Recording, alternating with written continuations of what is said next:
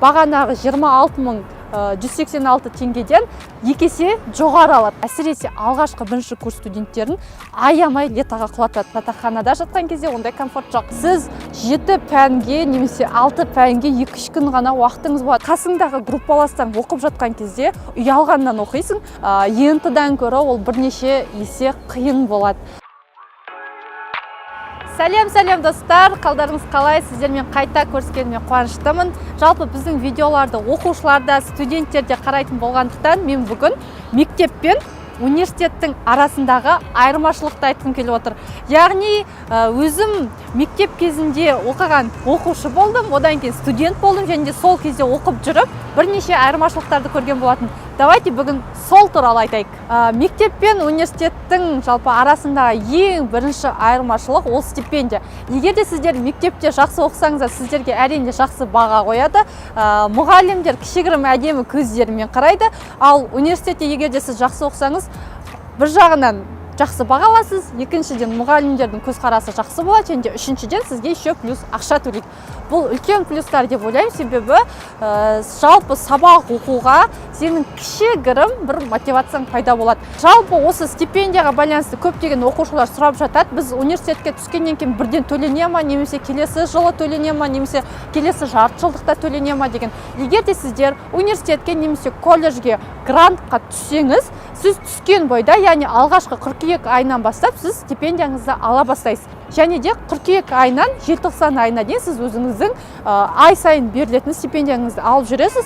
Желтоқсан айында немесе қаңтар айында сіздің алғашқы сессияңызды тапсырғаннан кейін сессияңыздың нәтижесіне байланысты, егер де сіз сессияны 4-5-ке қорғасаңыз, стипендияңыздан қаласыз. Егер де 3 алып қалсаңыз, яғни соңғы нәтижеңіз 3 болса, ол кезде стипендияңыздан айырылып қаласыз. Енді Қазақстанның студенттері қанша теңге стипендия алатынын айтайық. Яғни 9-дан кетіп колледжге түскен студенттер айына 21.787 теңге алады. Ал бакалавр, яғни университетке түскен, 11-ші сыныптан кейін университетке грантқа түскен студенттер айына қазіргі таңда, яғни осы соңғы 2020 жылдан бастап айына 26.186 теңге стипендия алынады. Бұл енді кәдімгі 4-5-ке оқитын студенттердің стипендиясы. Егер де сіз университетте повышкаға ілінсеңіз, сіздің сессияңыздың нәтижесіне байланысты барлық сабақтарыңыз 5 болса, барлық сабақтарыңыздың қорытындысы 5 болса, сіз повышка аласыз. Повышка қазіргі таңда айтып кеткен 26.186 теңгеден 15% жоғары, яғни 30.144 теңгені құрайды. Повышкаға іліну үшін сіз алғашқы сессияңыздан барлық сабақтарыңызды 5-ке жапсаңыз болды. Яғни әр сессия сайын сіз 5-ке жауып отырсаңыз, сіз повышка аласыз. Егер де сіз 2 жыл қатарынан, яғни 4 семестр бойы барлық сабақтарыңызды 5-ке жапсаңыз, ол кезде президентский стипендияға ілінесіз. Президентский стипендия деген сөз бағанағы 26.186 теңгеден 2 есе жоғары алады. Магистратураның стипендиясы, яғни бакалаврды 4 жыл бойы оқыды, қосымша 2 жыл немесе 3 жыл магистратура оқыған студенттер айына 66.913 теңге алады екен. Тіпті Назарбаев университетінің магистранттары айына 125.000 теңге стипендия алады. Әрине, бұл стипендияны сіздерге бостан-бос бере бермейді. Егер де сіздер 4-5-ке, 5-5-ке сабақтарыңызды жауып жүрсеңіздер аласыздар. Егер де ол сабақтарыңызды 4-пен емес, 3-ке жапсаңыздар, сессияңыздан 3 болып қалып жатса, ол кезде әрине сіз стипендия ала алмай қаласыз.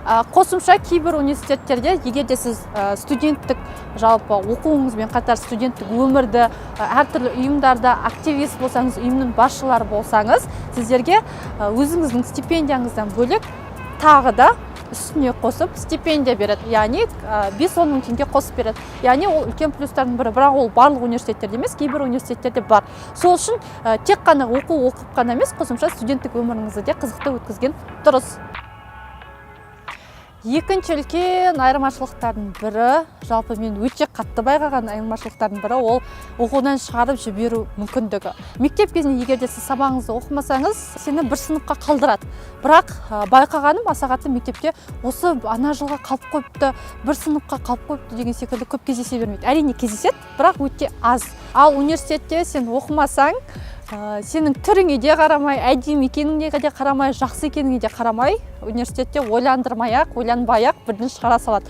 Әрине, егер де студент жақсы оқыса, оны шығармайды. Бірақ сабаққа келмесе, немесе сессияны 2-ге тапсырса, оны бірден летаға қалдыруы мүмкін. Лета деген сөз, яғни сен белгілі бір пәнді толықтай қатыспасаң, баларың көп болып кетсе, немесе сен сессияда 2 алып қалсаң, немесе шпормен, микронаушникпен ұсталып қалсаң, сол кезде сені бірден сол пәннен құлатып жібереді.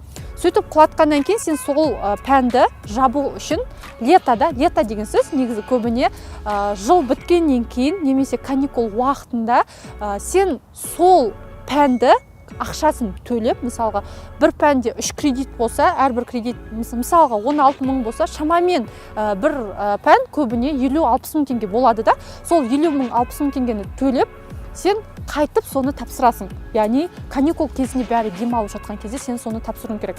Сонда лета дегеніміз осы. Университеттер көп студенттерді, әсіресе алғашқы бірінші курс студенттерін аямай летаға құлатады. Мысалға мен білем, Қазақ ұлттық университетінде оқыған кезде, физтех пен мехматтағы оқыған студенттерді бірінші курс кезінде өте көп құлататын. Жалпы студент кезінде сіздер қаншалықты ұзақ оқысаңыздар, сіздердің летаға қалып қоюларыңыз және де университеттен шығып кетулеріңіз соншалықты қаупі азайды. Бірінші курс кезінде сізді университет аса қатты танымағандықтан бірінші семестрден бастап летаға қалдыру мүмкін, немесе белгілі бір косяктар жасасаңыздар, немесе университеттің заңдылықтары бойынша жүрмесеңіздер, бір қырғындарға қатыссаңыздар, сіздерді университет бірден шығарып жіберуге хақысы бар. Және де көбісін сөйтіп шығарып жібереді. Бірінші, екінші курс кезінде шыдап кетсеңіздер, сабақтарыңызды жақсы оқысаңыздар, тыныш жүрсеңіздер, үшінші, төртінші курс кезінде тіпті университет сіздерге тиіспейді. Себебі үшінші, төртінші курс кезінде университет сізбен уже танысты, қандай адам екеніңізді білді, сіз жақсы адам екеніңізді, жақсы студент екеніңізді, оқитыныңызды, қосымша студенттік өмірге атсалысатыныңызды көрсе, тіпті университет аса қатты факультеттің мұғалімдері, кураторларыңыз сізді жібергісі де келмейді. Сол себепті де ең бір қауіпті кездердің бірі ол бірінші курс кезі. Прям от души құлатады ғой, мен білем, мехматта мысалға бірінші семестрде тіпті 50 балды да қоймай құлатай беретін. Яғни байқағандарыңыздай мектеп кезіңізде, жалпы мұғалімдер де өздері айтады ғой, мектеп кезінде мұғалім сенің артыңнан жүгірсе, университет кезінде сіздер керісінше мұғалімнің артынан жүгіріп, апай өстіп тапсырайын, осындай реферат жіберейін, осындай сырайыз тапсырайын деген секілді өздеріңіз идея айтып, соны тапсырып жүрсеңіздер, тыныш жүрсеңіздер, ол кезде ештеңке болмайды. Бірақ үлкен қауіптің бірі айтып кеткендей, бірінші, екінші курс кезінде летаға құлап қалу, немесе университеттен шығып кету. Осындай үлкен айырмашылық бар екен. Мектеп пен университеттің арасында тағы бір айырмашылық, енді жатақхана, яғни общежитие. Мектеп кезінде үйде ата-анаңның қасында тамақ жайың дайын, киімің өтектеулі, яғни бір сөзбен айтқанда комфорт болса, ал жатақханада жатқан кезде ондай комфорт жоқ.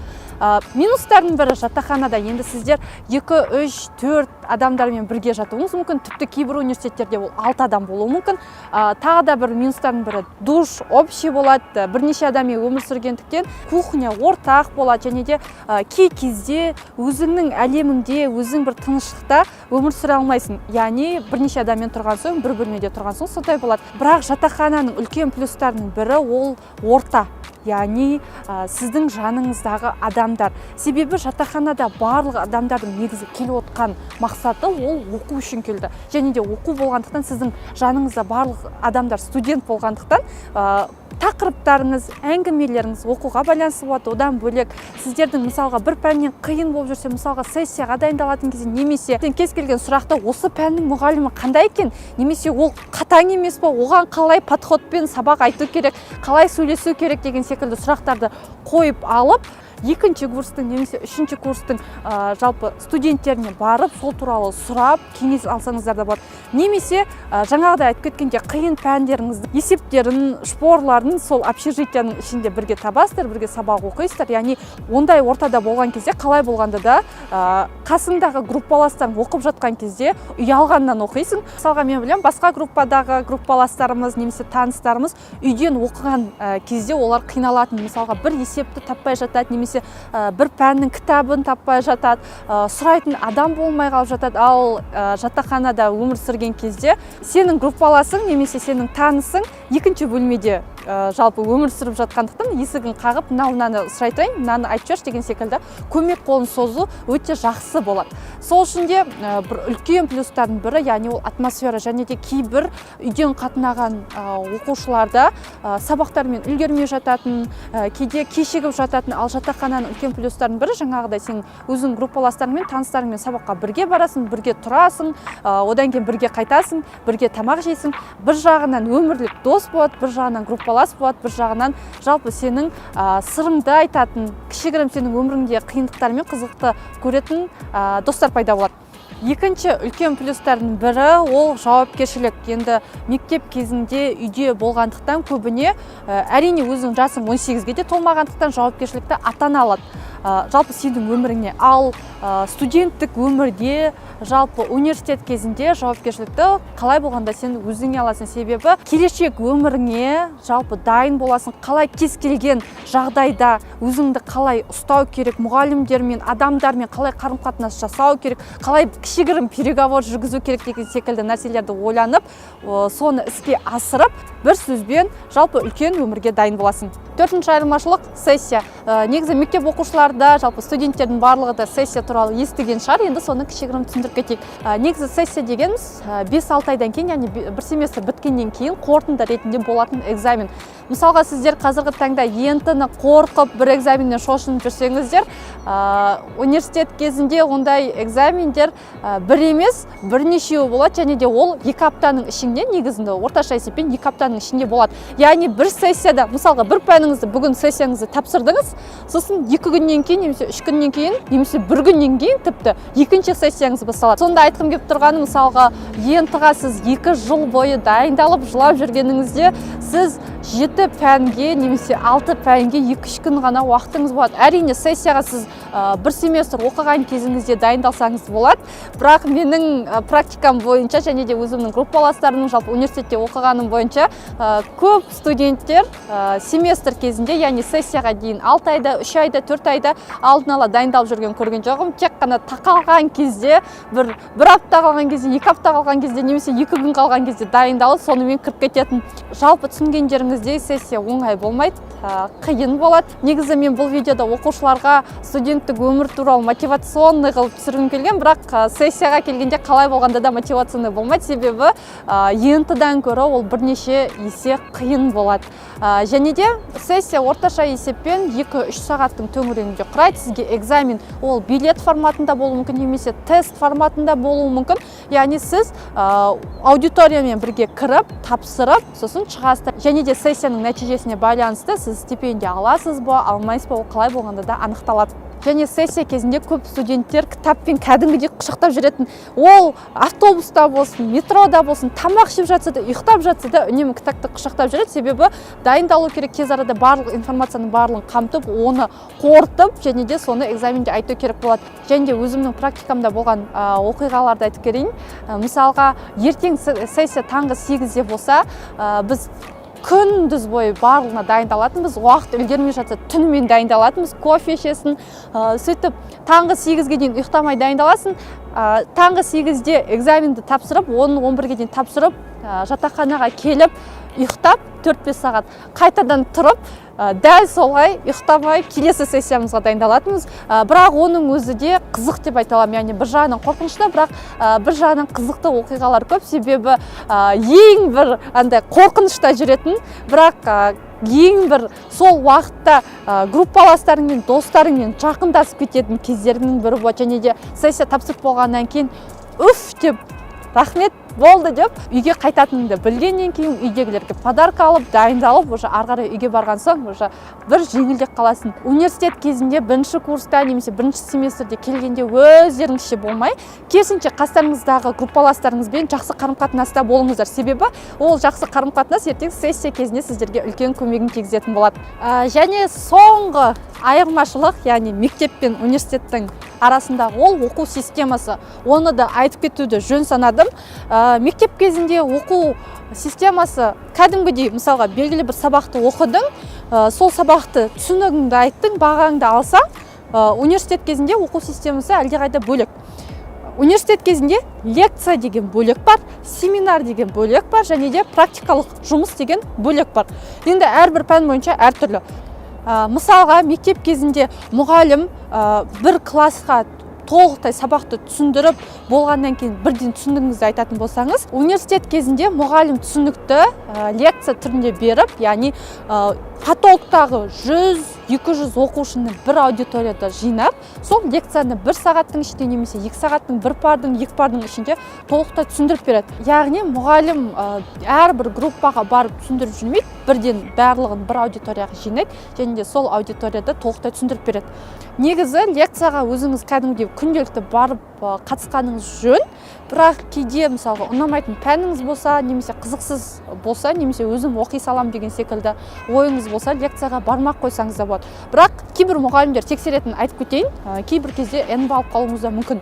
Сонымен оқу система бойынша университетте лекция болады. Лекцияда 100-200 шақты аудиториядағы адамдар қатысады. Екіншісі семинар, ол кезде 1-2 группамен бірге жиналып, яғни орташа есеппен ол 10-20 адам болады. Мектеп секілді ғой, мектептегі класс секілді бірге отырасыздар, сол жерде өздеріңіздің түсініктеріңізді айтасыздар, есептеріңізді шығарасыздар. Яғни семинар ол кәдімгі мектептегі сабақ секілді өтеді, бірақ ол жерде мұғалім көбіне сабақты түсіндірмейді, себебі түсіндіретін жалпы сабақ ол лекцияда өтіледі.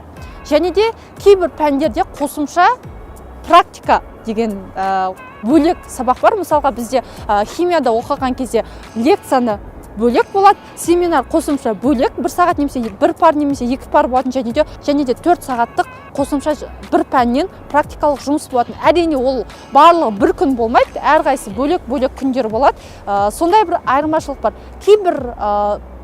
Кейбір мамандықтарда практикалық жұмыстар жоқ, барлығы бірдей емес, бірақ лекция мен семинар кез келген мамандықта ол бірге жүреді. Және де қызықты фактордың бірі, лекция, семинар немесе практикалық жұмысты бір ғана мұғалім бермейді. Көбіне әрқайсысын әртүрлі бөлек мұғалімдер береді. Лекцияны бізде бөлек мұғалім беретін, семинарды бөлек мұғалім беретін, және де практикалық жұмысты бөлек мұғалім беретін.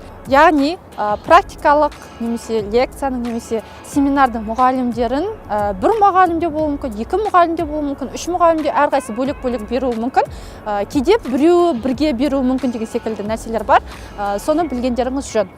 Сонымен достар, бүгін біз өстіп мектеп пен университеттің арасындағы 5 айырмашылықты айтқан болатынбыз. Негізі бұл менің өз ойым, яғни мектеп кезімдегі және де студенттік кезімдегі көрген айырмашылықтар болды. Сол себепті де мына жерде Санель, сенікі мына жерің дұрыс, мына жерің бұрыс деп ұрсып, сөгіп, мына жерде комментарийді ұрсып жүрмеңіздер. Керісінше қосымша айырмашылықтарды білсеңіздер, өзіңіздің практикаңызда көрсеңіздер, комментарийға жазып кетіңіздер. Сол арқылы біздің оқушыларымыз, мұндай да айырмашылық бар екен ғой, мұндай да айырмашылық бар екен ғой деген секілді өздеріне кішігірім инсайттар алатын болады. Достар, видеомыз ұнаса міндетті түрде лайк мен комментарийді аямаңыздар. Біздің каналға тіркеліп алыңыздар. Келесі видеода кездескенше.